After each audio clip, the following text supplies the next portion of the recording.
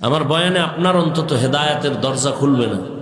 হেদায়েতের চাবি কোনো বান্দার হাতেই তো নাই। কথার কথা, আপনার কোনো লাভ হবে না। এদেশে বক্তার অভাব আছে,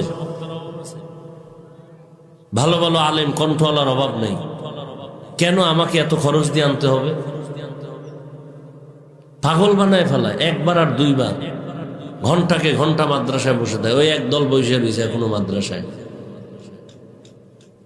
নাই ডেট, এরপরে দিতে হবে। ফজরের পরে দেন, জোহরের পরে দেন।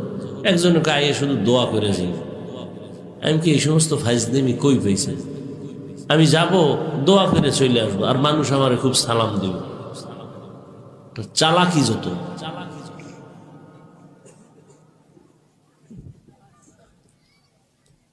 এরপরে কোনো ধনী মানুষ যদি বলে আমি একা হেলিকপ্টারের টাকা খরচ দিব, তখন আমি রাজি হই, কারণ টাকা রাখার জায়গা নাই, কি করব? তো দিনের পথে কিছু ব্যয় হোক। কিন্তু অনেক জায়গায় এখানেও চালাকি করে, বলে একজনে দিবে, আইসা চান্দা উঠায়, হেলিকপ্টারে আসবে, টাকা দাও। রাস্তায় খাড়ায় কালেকশন করায়। কয় দিক ট্যাকেল দেওয়া যায়? চাই না তো ইসলামের কোনো বদনাম হোক আমার মাধ্যমে।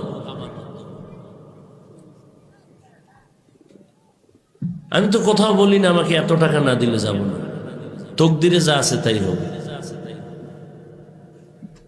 যারা চাইয়া না এদের থেকে আমি বেশি পাই, মানুষ বেশি দেয়, তো আমার চাওয়ার দরকার কি? আল্লাহর শুকর।